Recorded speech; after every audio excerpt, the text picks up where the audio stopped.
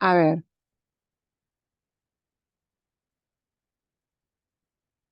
I just lost my people. I just lost my people.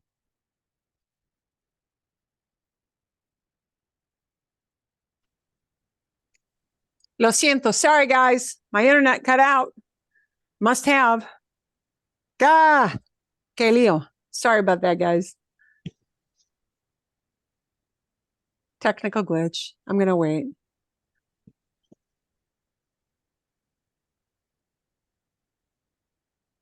Okay. Perdón. ¿Dónde está Mark?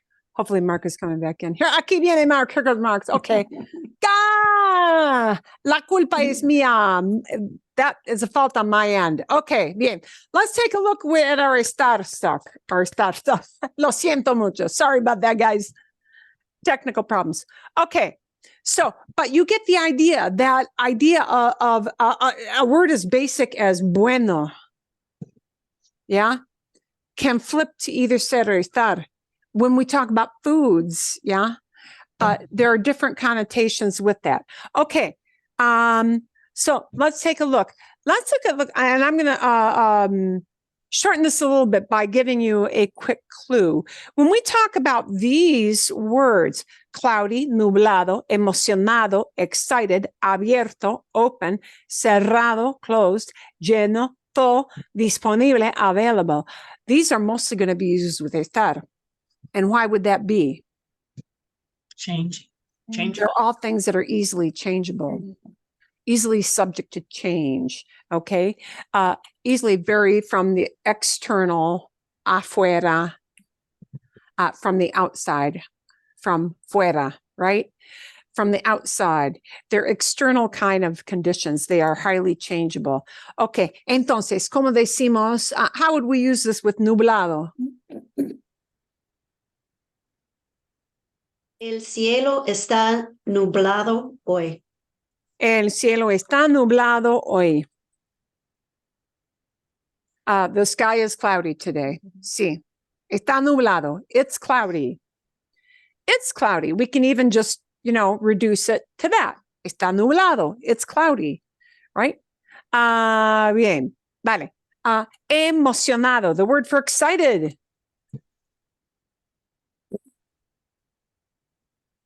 Él está emocionado ser la estrella de la obra. Okay. Está emocionado or emocionada, right? It depends on if you're talking about a woman or a man, right? With sky, it's always nublado. But when you talk about people, whether you use emocionado or emocionada, depends on the gender of the person you're talking about. Está emocionado ser, otra vez. La estrella de la obra. La estrella de la obra. The star. And I wasn't sure if that was correct. And I had él está emocionado, but stars are female, and I wasn't sure what to do with that. But estrella, but yeah. Él está emocionado. He is excited de ser, de ser, that'll just be a little, generally needed, okay. De ser la estrella de la obra, being the star of the show. Star of the show. La obra is a work, like a stage play or, something like that. Could even be a movie. Okay? Sí. Por ejemplo, if you have a little granddaughter, mi nieta está emocionado o emocionada porque vamos al zoológico. Mi nieta está emocionada porque vamos al zoológico. Al zoológico, perdón. Al zoológico. My granddaughter is excited because we're going to the zoo. But it's from fuera, right? That trip to the zoo is what is putting her in the state of being emocionada. ¿Sí? Sí. Eso. Okay. Abierto is always seen as a state, really. something is either open or closed, when and usually this is always when we're talking about a shop kind of thing, right? Or a window or a door in a house, something connected to a building or a business. See, el correo, the post office, está abierto. Okay. Hay otro ejemplo. Any other example that you have? You worked up? ¿Sí o no? ¿No? ¿Nada? La ventana no está abierta. La ventana no está abierta, perdón, porque estamos a 100 grados. The window's not open because it's 100 already, yeah? Porque ya estamos a 100 grados. ¿Sí? Ok. El correo está abierto. La ventana no está abierta. Así. It's a changeable condition. Ok. Cerrado. Question? Sí, Question? sí, sí. Abierto and cerrado, do they always like either O or A? Like to match, like ventana, Yes. abierta, both of Because those? it is a description that is associated with a thing or sometimes a person, if you mean like an open character, but generally, yeah. Sí, eso es. Marilyn, can I ask you a question about Sí, that? claro. Can you use that word that if someone's like, they're open to watching the children for the day, or or is it just open or closed? If you're open to something, or no? No, the way you will hear people using abierto. Ooh, and this is actually a good example. Okay. If we talk about people, human beings,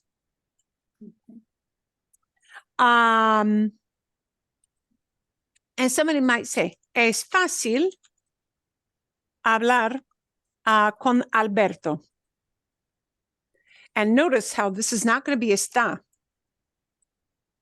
Es un hombre muy abierto. Not open to babysit for me. He's just a very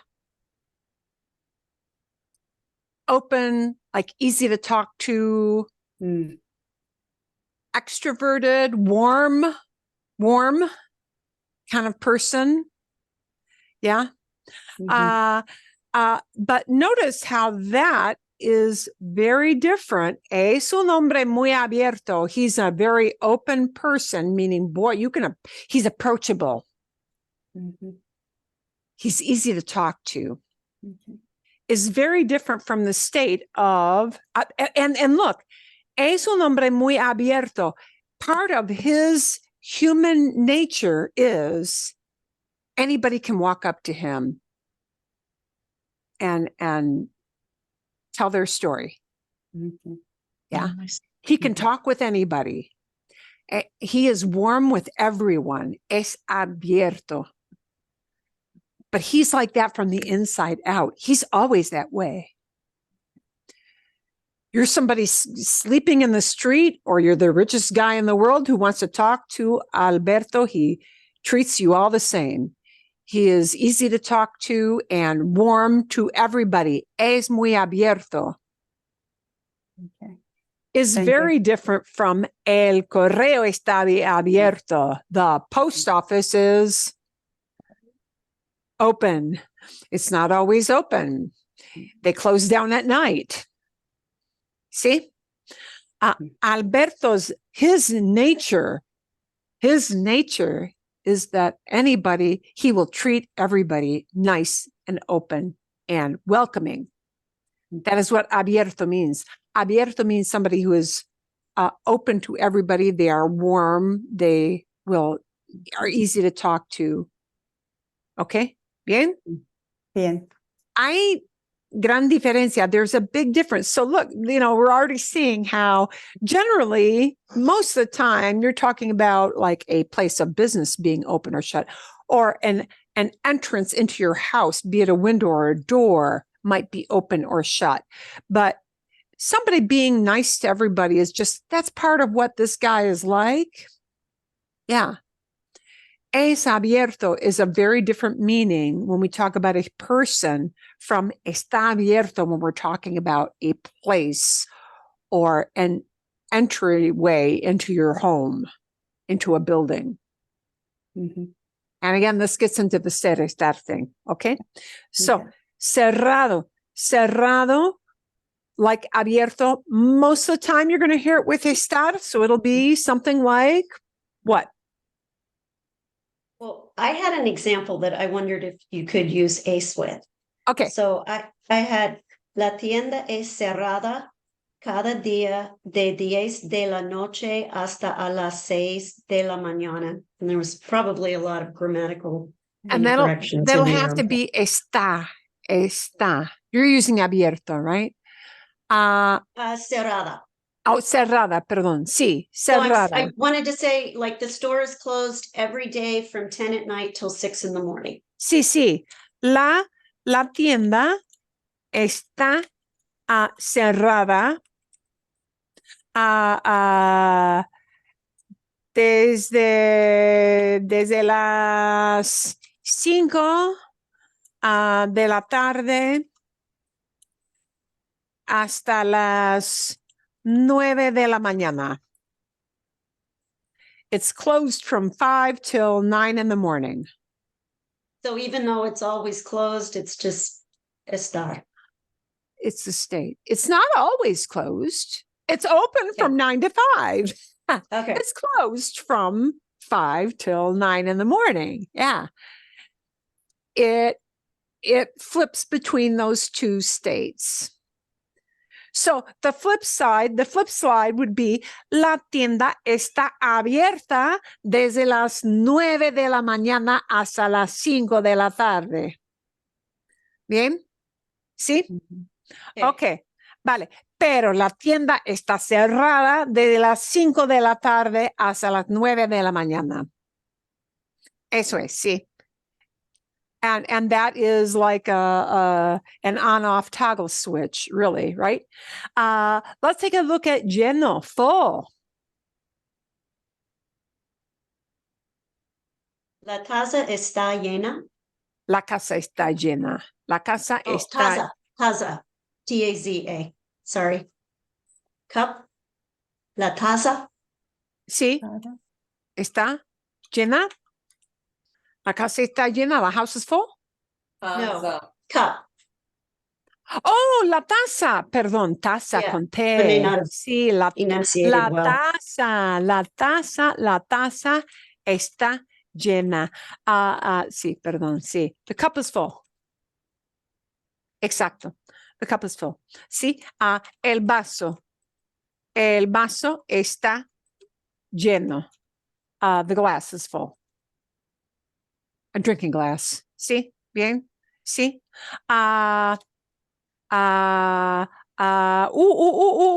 Aquí también. El parque está lleno de gente. The park is full of people. Yeah. Bien. Mi bolsa está llena. My bag is full. So I Okay. had a question about a use with ace. I wanted to say he is full of himself. So él es lleno de sí mismo. Is that appropriate? Oh, full of himself. Okay. No, they generally won't say that, but there are different ways of saying that. Okay. Por ejemplo, oh, sí, bien. He is full of himself. Es, estoy pensando, sí. I'm having kind of a mental brain fart here. Presumido. Es muy presumido. Es muy presumido. When you're talking about he's full of himself, not just how he feels right now, he acts that way. It's part of his nature. Yeah. Elon Musk es muy presumido. Yeah. No? Sí, Elon Musk is muy presumido. sí. He thinks a lot of himself. See? Es muy presumido. But you're talking about the way somebody, not how they feel, how they behave. Mhm. There's another way to think about ser and estar. Ser is how that person generally behaves, not how they feel, but how they act out. Yeah. See? Bien. Okay. And let's look at, because I'm going to add on a couple minutes because we had that cut out. Sorry about that, folks. A ver. Yeah, it's saving my stuff. Disponible, available. El cuarto está disponible. El cuarto está disponible. The room está disponible. The room is available, sí. Este nuevo producto está disponible está disponible en Target. Este nuevo producto está disponible en Target. It is available at Target. And available is definitely considered maybe there, maybe not, like lleno, full. Yeah. A condition, a state that might be there but might not, right? So disponible will tend to use estar. So notice these words tend to use estar, but we have this little odd one, abierto, where when we talk about a person being abierto, open, it has a very different connotation of not a facility that is open, but a person who their soul is an open door. Yeah. To everybody. That's the way they are all the time. It's not a feeling, it's the way they act towards people. Ser talks about how we act towards certain people because it's the way we are as a human being. So I'm going to leave these. And boy, this one you had a little snippet of this bueno one. And I want you to notice, actually, I'm going to put this in because it is a little bit different. Yeah. Be careful with bueno and human beings. Be careful because it gets a specific connotation there. Good, or super attractive, as in sexy, or how something tastes. So there are many, many different ways we might use this description. Bueno, good. So think about that. We're going to go through your examples. These are words that can go both ways. These are descriptions which definitely, frequently, a lot of the time can be used two different ways. And I want to see for next week if you can kind of distinguish how we would use these descriptions of caliente, rico, feliz, triste, listo, and even bueno with either ser or estar. I'm going to give you as kind of a reference this food related thing here. See, even though it might be hard to understand all of it, you kind of get the feel for that because we walked through a bit of that together. So we're going to go through that next week. And I am sorry we did not get as far as the Sunday walk thing, but we'll come back and revisit that. So the purpose of that video, and we did not get to that. Ser estar is such a big topic. It's easy for it to take the whole class. We will come back, work out these things with both ser and estar. Think of some examples, right? We'll come back to that. And we're going to come back to the Sunday walk in Mexico City. And the Sunday walk in Mexico City does not have to do with ser estar. It has to do with just common verbs, the topic of common verbs. I'm going to send you a for fun listening video again for the week. So we'll come back to this old one next week right away, right? I'm also going to give you some common verb pages. These are going to be verbs that are high frequency verbs, not all necessarily ser estar, but we're going to tie these verbs into the walk in Mexico City video. Okay. These two are going to go hand in hand, because there are certain verbs, and no matter who you talk to, they're going to like rank verbs different ways. It's very subjective. It is very subjective.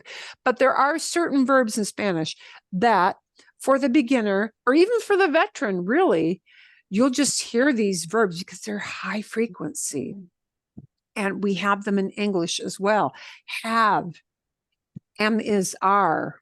Yeah. Want, can. Those are all kind of on the list. So those are things we're going to all start to work on next week. Está bien. And I'll give you some conversation prompts with those. Está bien. Yes, Está Muy bien. Excelente. Bueno, entonces nos vemos, ¿sí? Sí.